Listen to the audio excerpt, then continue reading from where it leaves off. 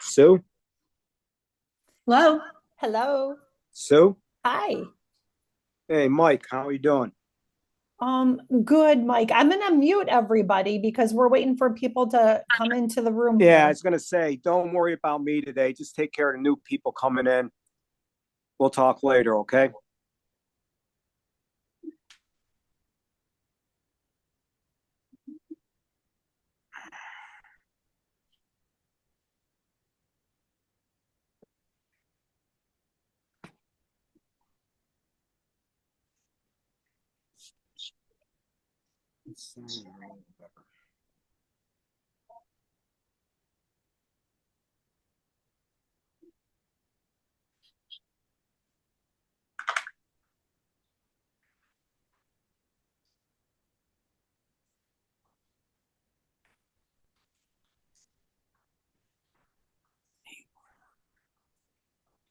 Good afternoon, everybody. We're going to get started in a few minutes here.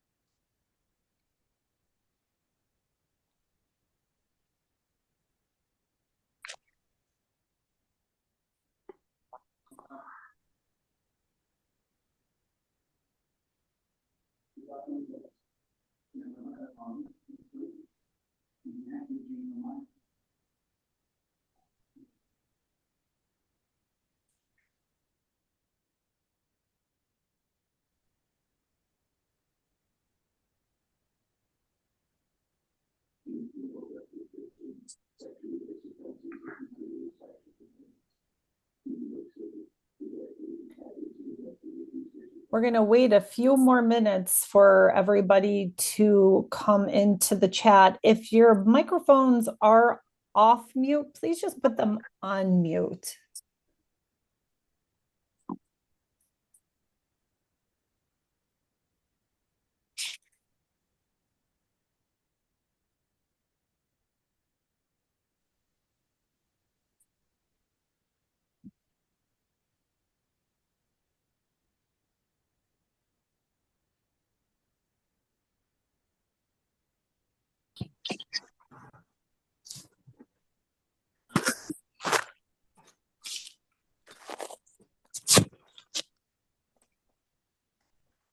Oh, I guess I don't have to. I can be ready. If you're not on mute, if you could please put mute on for your audio.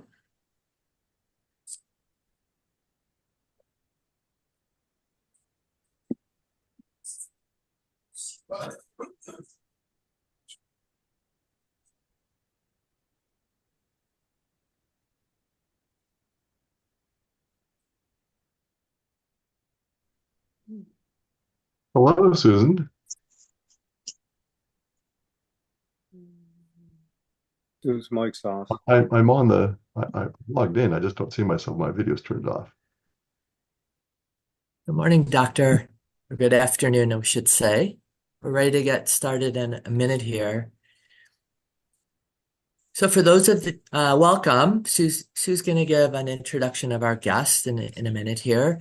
This is our third meeting of the Lady Liberty Group, nonpartisan pro-democracy movement, trying to provide good, verified information about some of the most pressing topics we're dealing with in our country today to a group of like-minded people that want to learn and want to be part of a special community where you can ask questions and be heard in a safe space. So those of you that have participated before, We appreciate everyone keeping your audio off, keep your cameras on if you can. It's just great to see everybody. It feels more of like a community when we can see all of you. I am going to be the moderator today, Laura Hudak. I'm one of the founders of this group. I'm going to be monitoring the chat for questions. We had some questions that were previously submitted, so I'll be trying to incorporate some of those as well. And I think with that, Sue, our guest is on, and if you want to make some introductory comments and introduce our guest, that would be terrific. Sure, great. Yes, we are at 104, so I think it's a great time to go ahead and get started. I'm going to mirror what Laura had said. Thank you all for coming. It's our third league meeting. So thank you to you, either existing or new league members. I am Sue Dorichko. I'm a co-founder. Laura Hudak is another co-founder. We have Walter Gaychuk. He is a co-founder. And we also have Tom Early, who is a co-founder and our trusted moderator, who, as Laura stated, she will be graciously filling in for him. He has a well-deserved day off today. I'm just going to lay a few ground rules. We are really eager to learn from our guest speaker today and his vast knowledge and experience. So we do want to remind everyone, keep your microphones on mute. We have a chat box, so please, any and all questions put into the chat, and then Laura will ask them in turn when we get to the Q&A portion of our session today. So without further ado, I am excited to introduce our guest speaker, and his name is Dr. George Jaskiw. Dr. Jaskiw, MD, is a powerhouse of knowledge and passion whose career spans over 4 remarkable decades. An alumnus of the University of Toronto, where he earned his bachelor's and his MD in psychiatry, Dr. Jaskiw has dedicated himself to the practice of medicine and research since 1980. His groundbreaking work in clinical brain disorders at the National Institute of Mental Health in Washington, D.C., and his time in private practice and internal medicine have earned him several, and when I say several, there is no shortage to several. It's earned him numerous prestigious merit awards. A true educator at heart, Dr. Jaskiw has mentored future generations of psychiatrists during his tenure at Case Western Reserve University and George Washington University School of Medicine.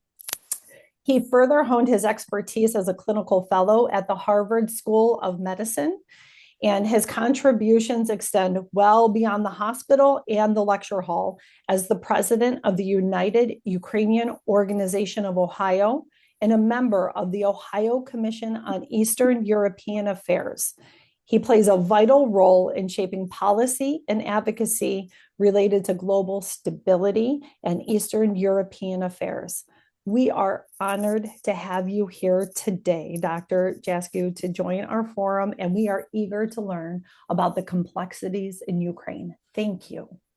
So first of all, I thank you for inviting me, and I commend you all that on a beautiful spring afternoon, rather than enjoying the sunshine, you're devoting your time to learn about the geopolitics of Ukraine based on the historical context.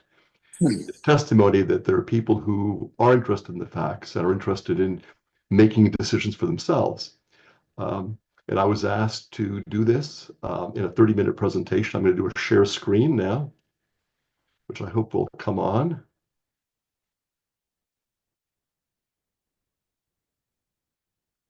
Do you see my screen? Yes, we could see it, Doctor. Thank you. Okay.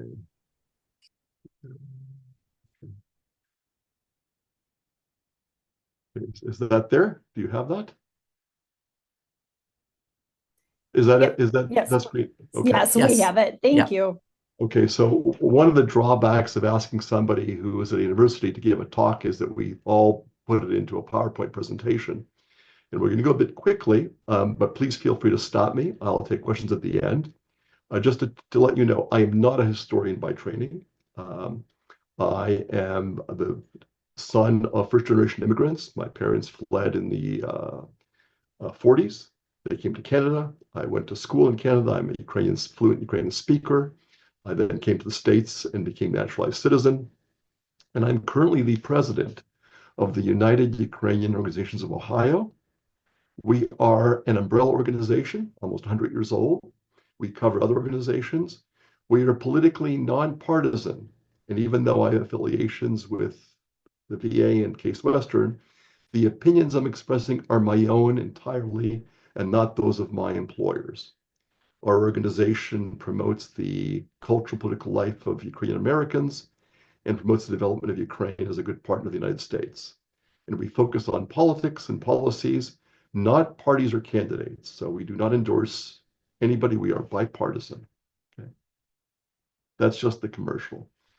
So I'm going to begin with my own hobby horse, and that is the fight against disinformation, because unfortunately, across all dimensions currently, we have a huge amount of poor information. I'm going to give two quotations.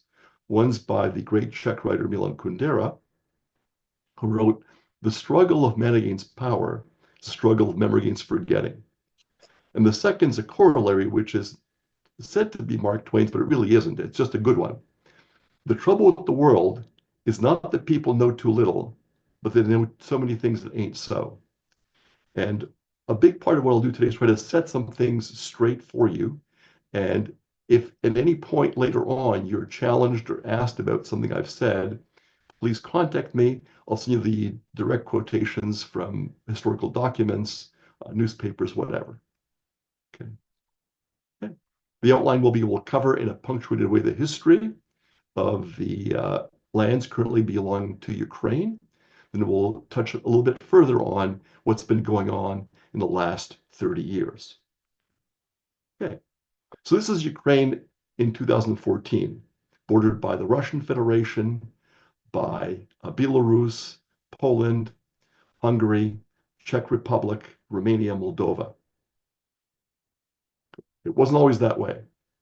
So if we go back to the middle of the first millennium, the group we know as the Slavs, who were the progenitors of the Poles, Slovaks, Croats,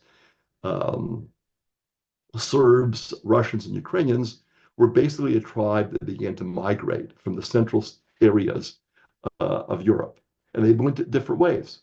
So some migrated north to the area of the Russian Federation, some stayed in what's currently Ukraine, some went to what's Poland, and so went all the way around to the Balkans. So before this time, the Slavs were confined. They began to spread out, and they began to separate, and the languages changed. So that's going back 1,500 years, basically. Okay. And a lot of what happened in terms of formation of relationships was based on trade. And the Vikings or Varangians, based in Norway, currently Sweden and Denmark, were intrepid warriors, but also traders. And they were very interested in getting to the riches of what was called Constantinople, the Byzantine Empire, which proceeded on after the Roman Empire fell. And the Byzantines traded with people from all across the Middle East and Far East. They were a very wealthy country. So the question was, how do Vikings, who were also called Varangians, get in trade with the Byzantine Empire? Well, it's a long way the other way. However, if you travel in across the Baltic Sea, interiorly, there's a set of rivers that run through what's currently central Russia and Ukraine, down to the Black Sea. It's a straight shot to Constantinople. And that route began to be used more and more, given that it was the closest and relatively safest route. And on the way, they began to stop along this river of Dnieper, and there were already some cities there of indigenous people, and the Varangians, the Viking chieftains, they basically embedded themselves in a city which is currently Kyiv.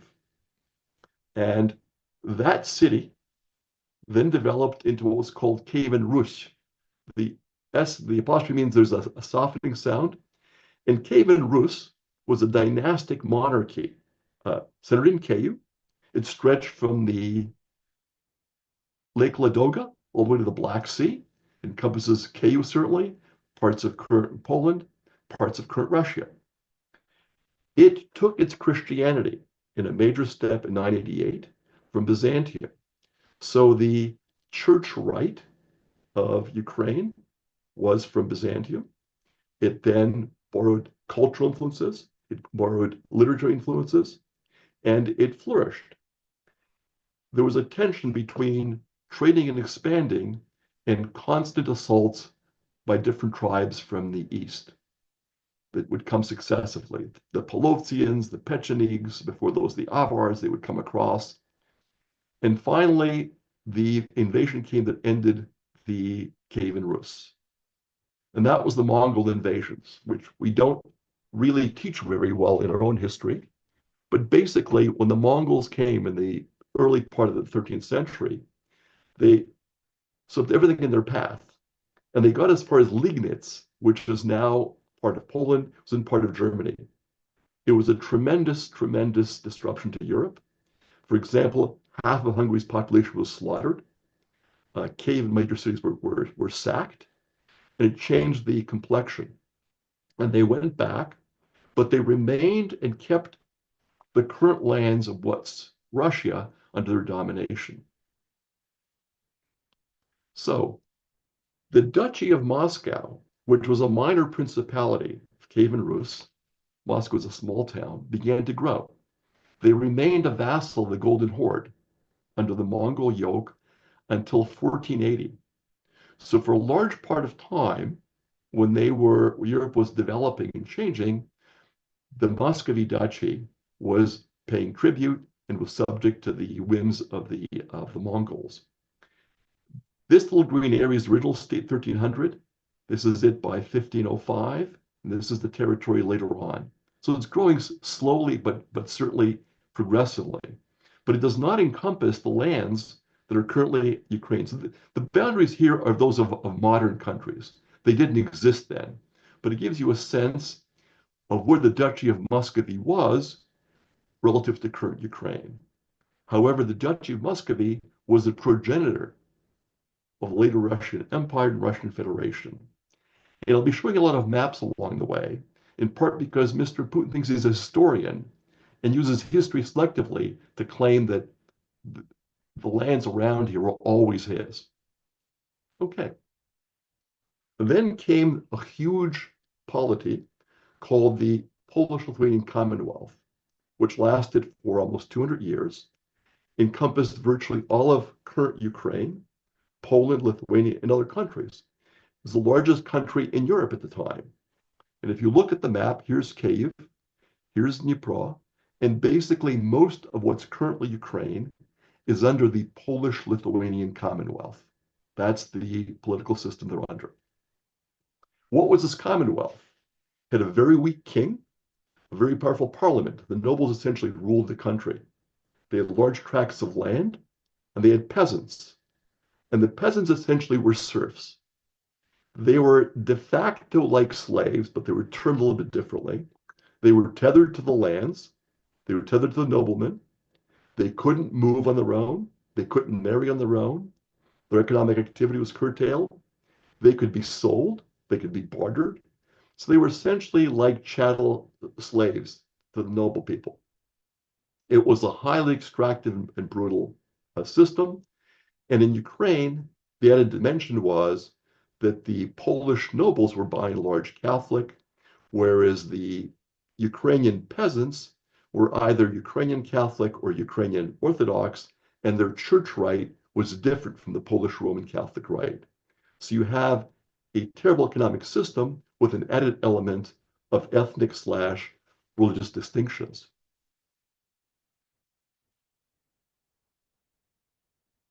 Okay. So in 1649, there's a rebellion by the Cossacks, and they raise a temporary state. It lasted a little over 100 years. And if you look at the map, I'll see, I'm sorry, I can go back. Let's see if I can enlarge that.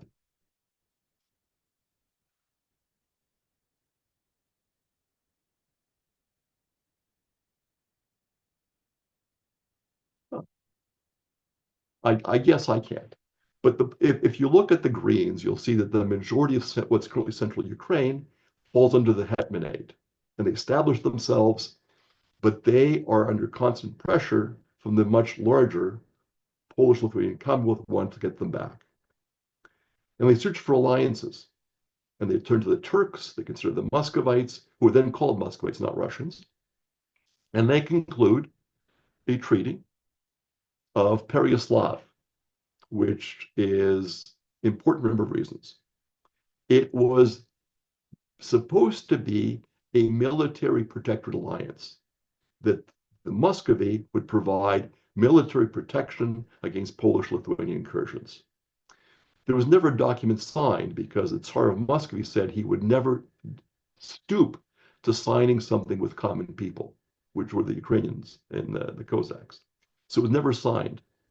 However, Russians have used this to claim that essentially it was a capitulation of autonomy for the state.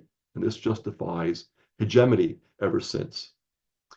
Then in 1667, due to tension between the Poles and the Muscovites, there was a truce, there was a division of territory.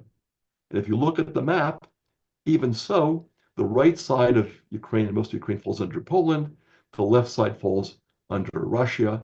The Cossacks fall under both in a common kind of authority. Okay. Then began a period I'm going to skip over partly, but basically Russia expands. And due to pressure from Germany and from Russia, Poland disintegrates. There isn't a Polish Republic. So the majority of present-day Ukrainian territories fall under Russia. And the serfdom continues until 1861, which is very late. To remind you, in England, it was abolished in 1574. So serfdom was abolished in Ukraine from the time slavery was abolished in the United States. At the same time, there is a pressure of Russification. Despite this, in the mid-19th century, there's an upsurge in Ukrainian language, identity, expression of culture. And the reaction is brutal. So there was a circular back in 1863 by a man during the reign of Alexander II called the Valuyev Circular. And the basic tenet, which persists to Putin's time, if you read his circular from 2 years ago, justifying the invasion of Ukraine, it's a separate thing. So the circular says that a separate Ukrainian language has never existed, does not exist, and cannot exist. So essentially, in a circular logic, defining the impossibility of a Ukrainian identity. That failed. Despite this, there were presses coming out, schools opening up, and so they doubled down. Oh, did I miss that circular? Okay, sorry. There is one slide, but there was a second circular in the 1870s, which essentially prohibited the printing of Ukrainian books, Ukrainian language in schools, any expressions of language. And that second circular was imposed and valid until the Russian Revolution. So basically, a severe attempt to extirpate Ukrainian identity. Okay. World War I breaks out, and Ukrainians are serving in whatever army they have to belong to, Austro-Hungarian or Imperial Russia. There are major battles that are fought. About 1.5 million people are killed across Ukrainian territory. Both empires collapse. There's a revolution in St. Petersburg, and the Ukrainians declare a Ukrainian national republic. However, the Versailles Treaty that ended the First World War formally does not recognize Ukrainian independence. So, show you the different maps. During the Second World War, Germany and Russia accept the Treaty of Brest-Litovsk, in which the majority of lands of Ukraine and the Baltics fall under Germany. That's in 1918. However, after the Russian Revolution, the countries are racked by war. So there's a civil war across the Russian Empire. Kiev was occupied by a variety of armies. Polish, German, Russian, Soviet. And in 1919, the Russian Soviet Republic invades the Ukrainian Soviet Republic and also goes to war against NATO, against Poland. So in 1919, it was an invasion in the 20th century. There was no NATO. It was invasion of Ukraine for the sake of resources, for the sake of grain, and access to the Black Sea. But in 1921, Treaty of Riga breaks out the new borders, which are essentially, you can see them here, where the blue part, the majority of Ukraine, falls under the Soviet Union, and the yellow part remains with Poland. And that's how things were from roughly the end of the prolonged civil war and the Molotov-Ribbentrop Pact. So again, the majority of Ukraine in the blue under the Soviet Republic, Soviet Union, the yellow under the Polish Republic. Okay. Just to remind you, the Soviet Union was a Marxist-Leninist state. It was a one party with centralized control, and there was a sense of collectivism. And if you didn't toe the line, bad things happened to you. It was what we call a totalitarian state, where not just your political activity, but your belief system, your allegiances, how you raised your family, were under state control. So what was Ukraine like in the 20s and 30s? Well, most population was ethnically Ukrainian. Most were peasants. They had a deep connection to their land. They believed in individual ownership and hard work. And they were always somewhat anarchic. They resented external control, whether it was from their own people or from foreign occupiers. Fairly independent living. So in the first decade of Soviet rule, there was a terrible famine going on right away across all of the Soviet Union. And so Lenin backed off on his Marxism and said, okay, let's for a while allow private ownership and let's allow some degrees of freedom. And miraculously, output increases, and he allowed Ukrainian culture and political activity to increase as long as they were going to be Soviet. So the notion was, okay, you want to speak your language, fine. You want to have your own ideas, fine. Just maintain that you're part of the Soviet Union. And that worked for a while. Output increased, and there was a flourishing of Ukrainian identity during this time. However, Lenin died, and he decided things were not going in the right direction. And he abruptly stopped the new economic policy and decided to rapidly industrialize his state. And to do this, he needed foreign currency to procure goods and services, and he wanted to suppress the ethnic minorities. The majority population in the Russian Federation was Russian. The minorities were certainly the Asian countries, also the Armenians, Georgians, Balts, Ukrainians. But it was dominantly Russian, and he wanted to establish a Russian hegemony. So let's compel collectivization, where nobody owns private farmland.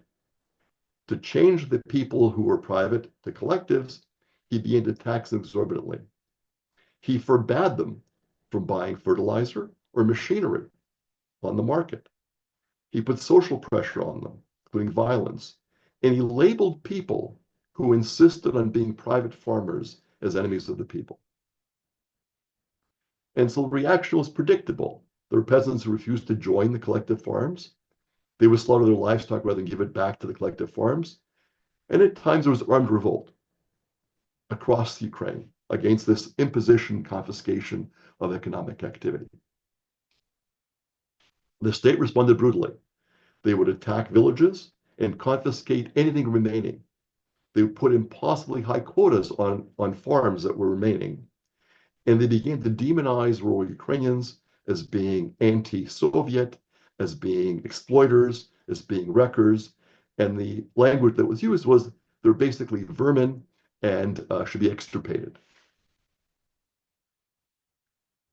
To make matters worse, they would impose blockades on villages that couldn't supply their quotas. People couldn't leave. Economic aid couldn't enter.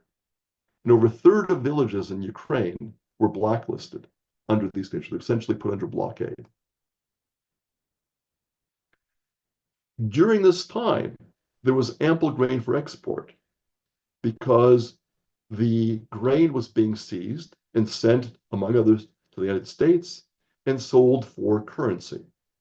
So even as the population was being threatened, there were record exports from the Soviet Union. And so what happened between 32 and 33? The numbers are unbelievable, but basically the results were that between some 4 and 10 million Ukrainians starved to death. Half of those were children, roughly, and about a third of children in Soviet Ukraine died during those years. Okay. So, and it was an intentional crime. It had a dual purpose. One was to collectivize farmers and collect grain for export, but the second was to destroy the backbone of Ukrainian identity, which was in the peasantry. It was followed by a long-term falsification. They would misclassify deaths from starvation. They destroyed local records. They delayed the census, and they executed demographers. So we know that in 1926, Ukraine had 31 million people. In 33, the census was canceled. Had the rate of natural increase progressed, there would have been 36.5 million Ukrainians in 37. The actual number was 26. So the number of people who would have been expected to be there but were not is around 10 million. And it wasn't until 1988 that the United States government, our commission, recognized this and declared it a genocide. And I'll come back to why this has become a sore point. Okay, 1939, the Great Third Reich and the Great Soviet Union signed a pact, and they divvy up the Central European countries. The Nazis invade on September 1st, the Soviets on September the 17th. And the Baltic republics and Western Ukraine, which had been under Poland, falls to the Soviet Union. Poland ceases to exist again, and in Ukraine, there are repressions, arrests, executions, and exile. And my parents lived during those times. My mother's fiance was taken and killed in the first months. My father had nightmares the rest of his life. World War II comes in 41, which is when the Soviets marked the beginning of the Second World War. The Third Reich invades. And the slaughter is horrendous, absolutely horrendous. The Soviets lose about 27 million people. It's a staggering number, 9 million military, 19 million civilians. The Ukrainian Republic loses 8 million. And disproportionately, they take a larger brunt than do the Russians.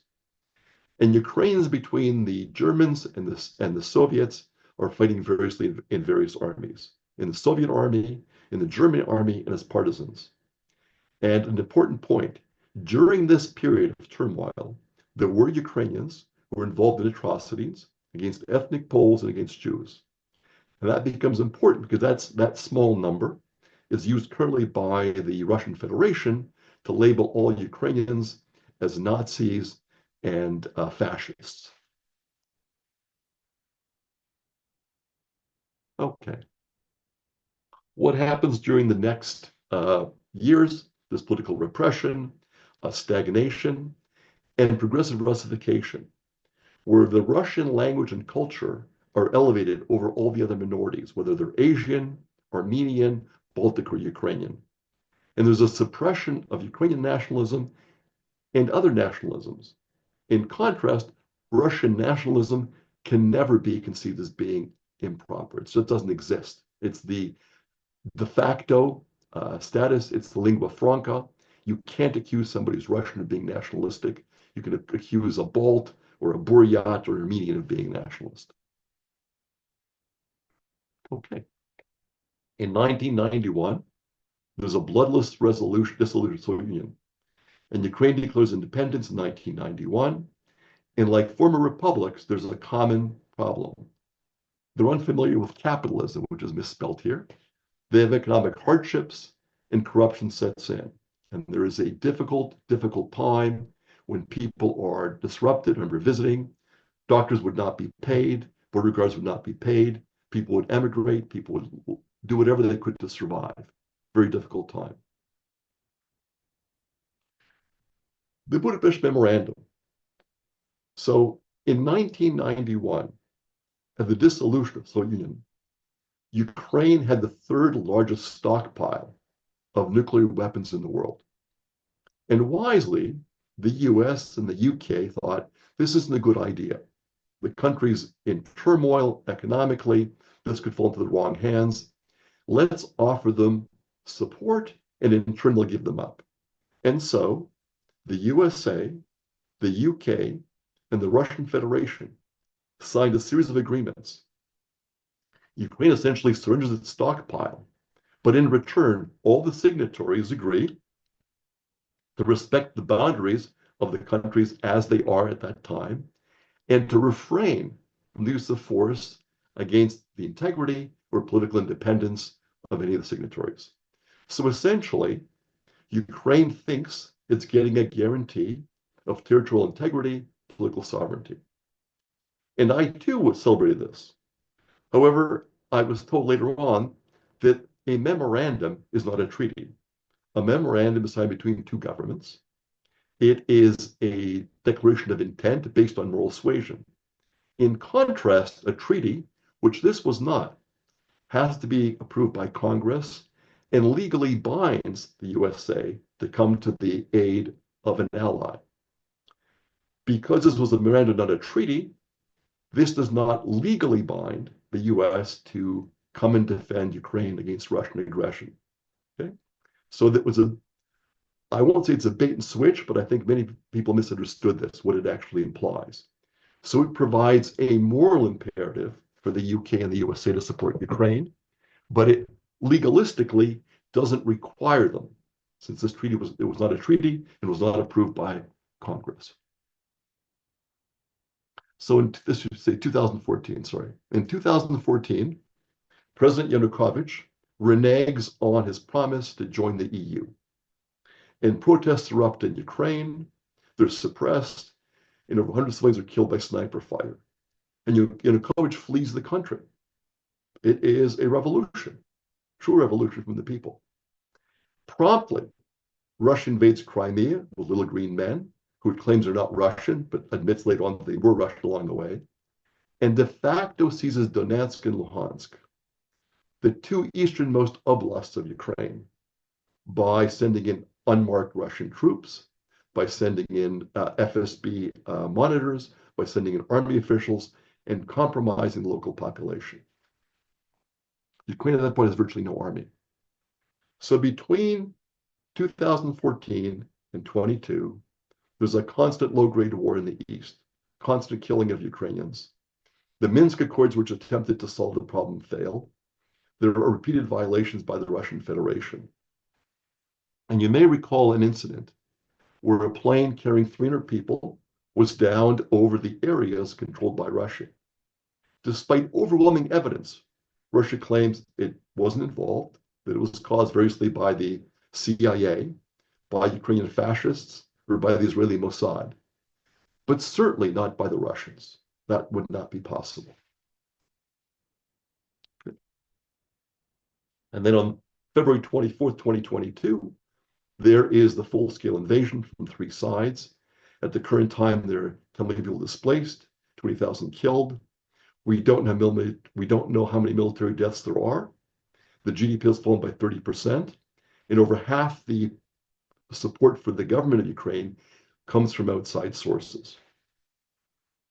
I'm just going to now end with what I call the disinformation points, which we can discuss and answer questions, which are circulating currently: that Ukraine invaded Russia, that Ukraine suppresses Russians, and the Russian Federation had to come and save them, that Ukraine squanders US aid, that the US gives the most aid to Ukraine, that being Russian-speaking Ukraine means being Russian, that Russia is liberating Ukraine from fascists, including its Jewish president, and Ukraine doesn't exist.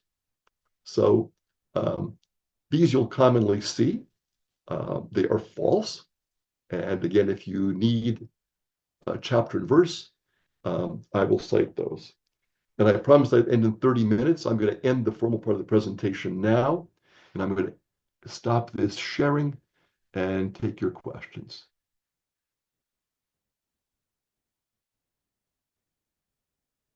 Dr. Jaskiw, thank you so much. This is fascinating. Admittedly, I probably was not the best history student, but I think what you are educating us on is from what you just presented, there doesn't seem like there was ever a time where Ukraine was really all that stable, which to me is sort of surprising. Is that true? I mean, was there ever a period in that whole timeline where you feel it was really a stable country? The last time it was stable for over 100 years was back in the time of the Kievan Rus, back in the Mm. 10th to the 12th centuries. The Hetmanate lasted for a while, but it was always under attack. The Mm. Republic in 1918 lasted a number of months. Uh, the Ukrainian SFSR lasted for 75 years. From 1991 to 2014, things were stable. Then, of course, Russia invaded again. So periods of 100 to 200 years to 30, 40 years, but Ukraine never had a longer period of stability given its neighborhood. That's correct. Mm. So I'm going to jump to, we had some initial questions, and I believe, Doctor, that Sue had shared them with you. Yes. Folks on the call can start also adding additional questions in the chat, but to get the conversation going here and continue to do a little bit deeper dive on our understanding, what I think is, kind of listening to all this now, we now are in the situation where the U.S. is potentially making a decision to not continue backing Ukraine. Yes. And you have this, the EU, the European countries that are forming alliances. Is it even possible that they are going to be able to protect Ukraine without the US involvement? No, with a small n. So currently, if you look at total aid that's been given since 2022 to Ukraine, it's nearly equal between the EU as a group and the US. So we have given more than any single country, but we've not given much more than the total EU together. At the present time, Ukrainian cities, some of them, are protected because of Patriot missiles and US intelligence. That cannot be replaced by the European Union. So, should America withdraw Patriot missiles, which are expended all the time, every day from attacks, and should it withdraw military intelligence, as happened for several days recently, then Ukraine would be vulnerable to the onslaught of Russian bombs and missiles. It would not give up. The fight would go on, but at a higher cost. The EU is ramping up dramatically its weapon production. However, it takes time to change our industrial base from civilian to military. And it will be a number of years before they can catch up to Ukraine's needs. In the meanwhile, 40% of Russia's federal budget is going towards militarization. So the answer, can Europe replace the US, is a small no. They can eventually, but it would come as a terrible cost in terms of Ukrainian lives.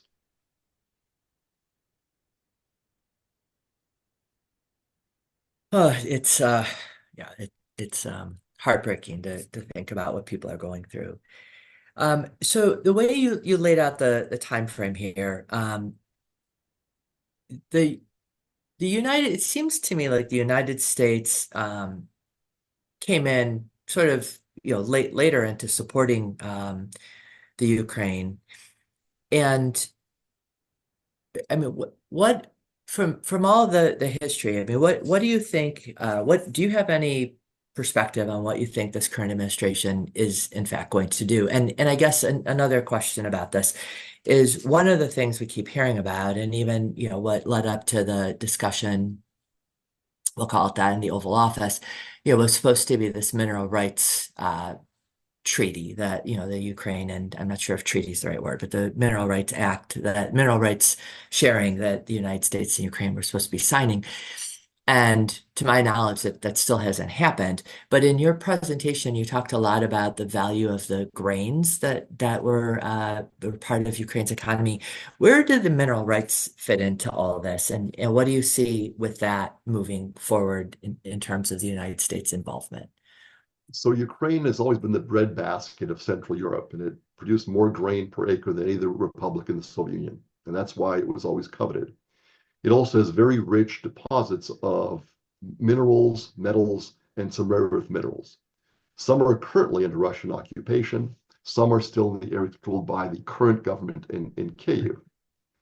And a proposal was made last year by Zelensky to the US saying, look, if you help us all the way, then when we conclude the war, we will share with you the mineral wealth and we will pay you back for your investment in our fight against the Russian Federation.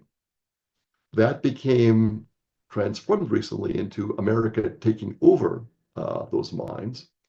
And at one point, the version was that the payment requirements would be more onerous than those imposed on Germany after the Treaty of Versailles. And so Ukraine balked at signing that. They were going to renegotiate that. We all saw the interaction in the Oval Office. The treaty has not been signed.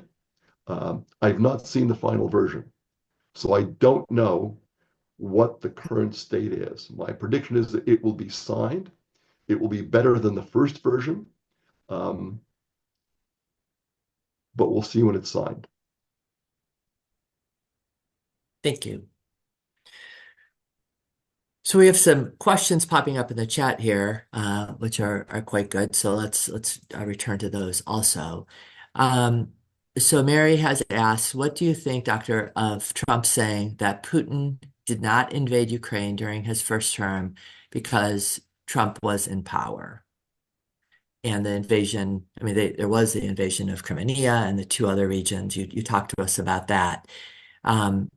So, I mean, I think this is the timing of the recent invasion. Trump has seemed to say that happened because it was under Biden's watch. I mean, what do you say about the time frame of these various invasions? I'm going to answer elliptically because we don't support administration, we support policies. But historically, Russia has not taken into account foreign sensibilities, and they do what they want when they see it appropriate. From 2014 on, the US has been much more active in Ukraine, promoting democracy, economic liberalization, but also training the Ukrainian army. I think they were shocked by the invasion of Ukraine in 2014, belatedly. And so every year there's been training by NATO countries and by the US of Ukrainian forces. And those forces, which were basically dismembered in 2014 by the Russophile president, began to gain competency, and that increased with every passing year. And despite the constant low-grade war in the East, Ukraine began to prosper. GDP began going up, trade began going up, tourism began going up, and I would visit, and it was palpable. It was becoming like the countries in Europe. In contrast, the areas under Soviet occupations, the Luhansk and Donetsk provinces, were doing very poorly. And people would travel from there to Ukraine, the Kievan-controlled Ukraine, to shop and to see how things were going.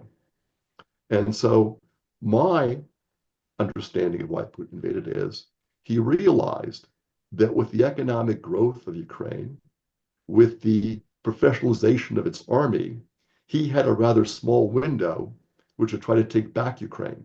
And he still miscalculated. He thought he would take it in 3 days. RCA thought we would take it in 2 weeks. It's still 3 years, and they're still fighting. So I don't think Mr. Putin takes anyone into account. I'm not going to comment on President Trump. Putin will do what he thinks he can get away with. So it was the right opportunity. He saw the window. It had nothing to do with whatever was going on in the US. My understanding of Mr. Putin and how he behaves is he exploits opportunities. I don't think he cares about Biden. I don't think he cares about President Trump. I don't care cares about Democrats. He wants to reconstitute the old Russian Empire, which would include the Baltic states, parts of Poland, Armenia, and Georgia, and be one of the major powers in the globe. That's his intent, basically speaking. And he has no regard for us at all. So let's just keep going with that thought about Putin specifically. So you just laid out. So one of our questions was based on historical negotiations, and you've laid that out so well for us. What will it take for Putin to end the war with Ukraine? Is there any reasonable negotiation that he would agree to other than a complete takeover of Ukraine? And then you just cited these other territories. So I guess that's and enough. You could also, when you're answering that, Mary also had another question here, which I have myself. I mean, we seem to be in the negotiations. We seem to be saying to Putin, we will not allow Ukraine to become a member of NATO. So that seems to be something he is very much against. And maybe so that questions are all about Putin. What would it actually, you told us what he wants. What would it actually take for him to end this war? Right. And maybe you can address NATO as well. So Putin has a justification for his invasion of Ukraine. It's multi-factor. Ukraine doesn't exist. It's always been a part of Russia. Ukrainians are just Russians who speak Russian badly. And also, NATO provoked him by expanding because it promised it wouldn't. There was a discussion between Secretary Baker and the Russians after the collapse of the Union that NATO would not expand beyond Germany. That was a discussion. There was no treaty signed. And in fact, there is documentation from people who were at the talks that no agreement was made not to expand NATO. It's a bit like saying if you come to bargain for a house, you make a first offer on a mortgage. When it comes to signing things, the price may be different. So the notion that the US committed to a legal non-expansion of NATO is just not true. Secondly, NATO has never threatened Mr. Putin. However, he's demanding the following. He wants to roll back NATO. He wants to prevent Ukraine from ever militarizing. He wants to take over Ukraine, destroy its institutions. If you look at what's happened in the occupied areas, there's repression, there's execution, there's torture, there's exile. It's basically genocide. He also would like to have the West recognize his seizure of Ukrainian land, to commit never again to support Ukraine militarily, and to accept his hegemony over the eastern areas up to the borders of the Baltics at the present time. He's not changed those aims at all. And he also wants us to drop sanctions and not to prosecute Russian war crimes. Mr. Putin is an indicted war criminal. There have been over 100,000 war crimes registered with the ICC. He wants us to basically take all of his demands. With Russia, there is no trust. There's only verify based on history, even the last couple of years. What that would mean is, unless there is a credible economic and military deterrent separating Ukraine and Russia at the end of whatever treaty they come to, the Russian Federation will reinvade again. There must be credible economic and military deterrence of a size sufficient to stop the Russian Federation. The basic aims of the Russian Federation have not been changed. If you listen to Mr. Lavrov, he says, let's address the basic causes of the war, which he claims are Ukrainian Nazism, which of course is odd given that the right-wing parties there are smallest than 8% and lower than they are in Germany or France, and the president's a Jewish Ukrainian. And secondly, that NATO has to roll back beyond the Baltics, which will never happen. The reason Sweden and Finland rushed to join NATO is Russia's threat. So without a credible deterrent, there'll be no peace. There'll be a ceasefire during which Russia will rearm, and then it will continue moving on to the Baltics and Poland.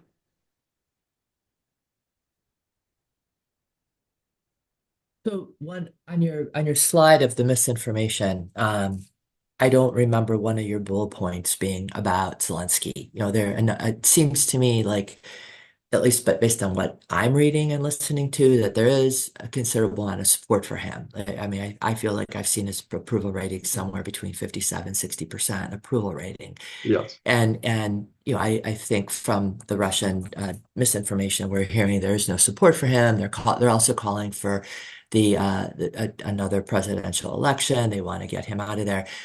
I guess assuming it's true that he does have a high approval rating, can Zelensky negotiate this? I mean, from your perspective. So the current polls in Ukraine show that people would like an end to the war. They would like a negotiation to end the war. They are not open to ceding large parts of Ukrainian land. There's been too much blood spilled, too many atrocities committed. There's also a total lack of trust in the Russian Federation. Here's one small example. In 2014, there was an agreement between Ukraine and Russia to withdraw, I think, 1,000 Ukrainian troops from the eastern area where the battles were.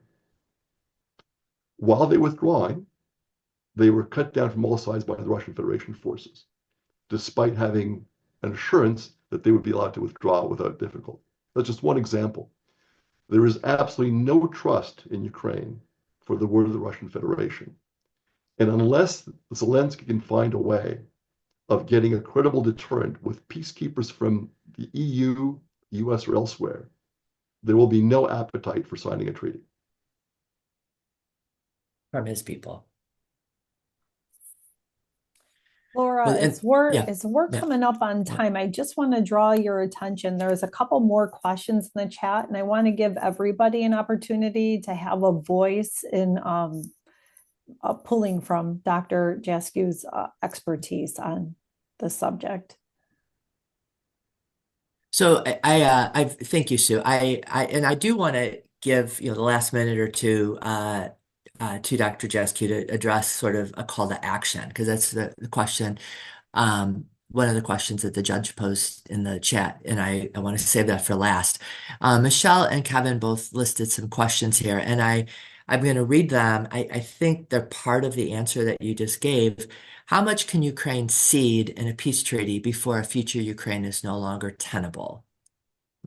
So there are many elements to the negotiation.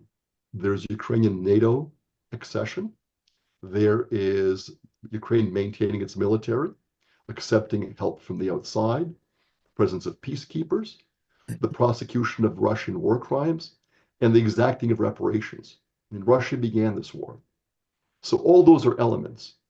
So the ceding of land will depend on what's offered in the other parts, other dimensions.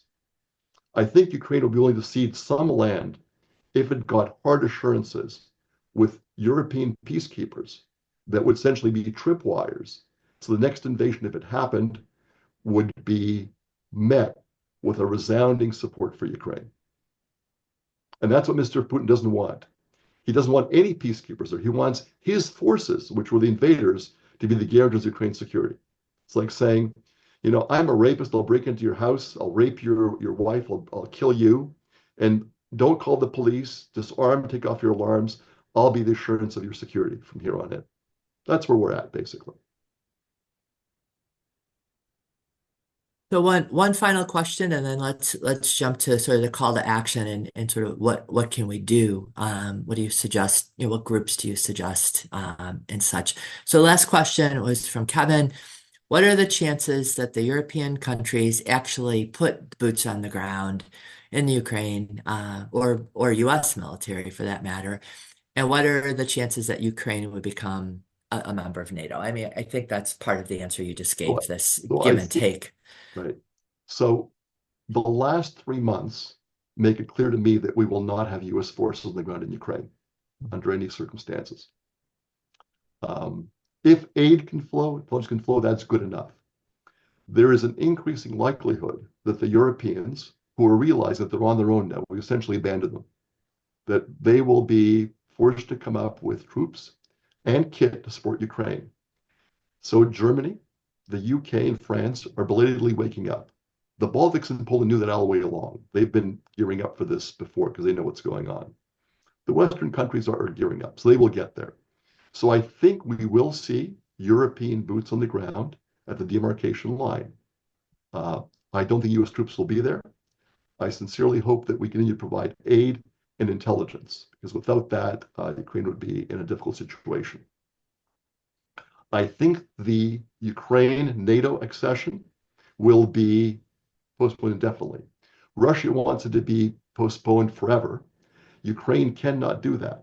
Ukraine's constitution requires it to move towards NATO. So they can delay that, but I doubt they're going to accede to it. That's a major, major problem. The only reason that Putin invaded Ukraine and not the Baltics, for example, or Poland, is because they're part of NATO.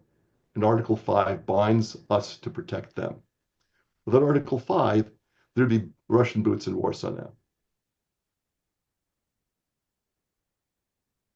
Thank you. This has been absolutely fascinating. I want to go back to what we've been trying to do with these calls. This is the third one now, is trying to end with a call to action. What are things that people can do? So the specific question was based on all your experience and the affiliations that you're involved with. Do you have a particular pro-Ukraine not-for-profit group or groups which you would suggest this group or Americans even more broadly could or should be involving ourselves with that would actually be impactful? Thank you. I will email to you or to Sue both references for what I'm talking about, and also I'll mail some literature, and I'll mail a call to action. The most important thing that all of you can do is to be informed. There is a torrent of disinformation. It's only being amplified. I'm stunned at what's being said at high levels, both in Europe and in our own country. That's just absolutely untrue. It's really a torrent that we're being flooded by. So please go to mainstream sources and see what's going on. If you have a question, please email me. The second thing is, please advocate for positions which you think are appropriate for the U.S. I'm a firm believer that a strong U.S. will be stronger if Ukraine resists Russian aggression.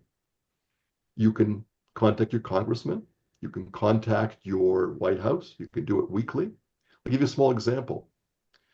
The Yale School of Law, along with help from the USA, established a database tracing 30,000 Ukrainian children who were trafficked to Russia.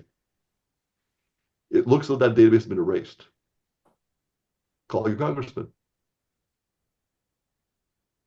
Would you hit on the foundation of the inception of this group? It's largely to bring awareness from verified sources. If I can just hone in on one specific question from Judge Vaudrey. Judge Vaudrey asked, is there a particular pro-Ukraine nonprofit group that you would recommend with your connections that Americans support? So I'm going to obviously shill for my own organization with the umbrella here in Ohio. We are nonpartisan. We provide medical aid. We provide help for refugees. We also advocate on Capitol Hill, and I will use the word advocate, not lobby, where we meet with our congressmen. We present the truth that we can, and I was just there 3 or 4 weeks ago on Capitol Hill. We are a nonprofit that has no paid employees. We are all volunteers. So our overhead is very, very low in terms of what goes to administration. But again, we provide humanitarian aid. We also provide support to frontline troops through non-lethal aid.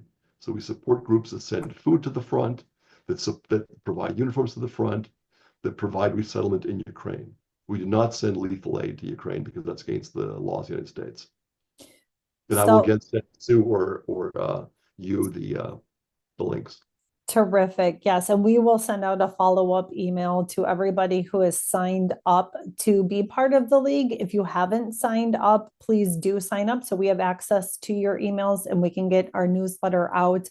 And with that, if there is nothing else, I think we're going to end this call and give everyone back their time. But thank you sincerely for coming today. And as Dr. Jaskiw led off, spending your Sunday learning about these very important, not only issues, but the history behind these issues. Thank you, everybody. And thank you, Dr. Jaskiw.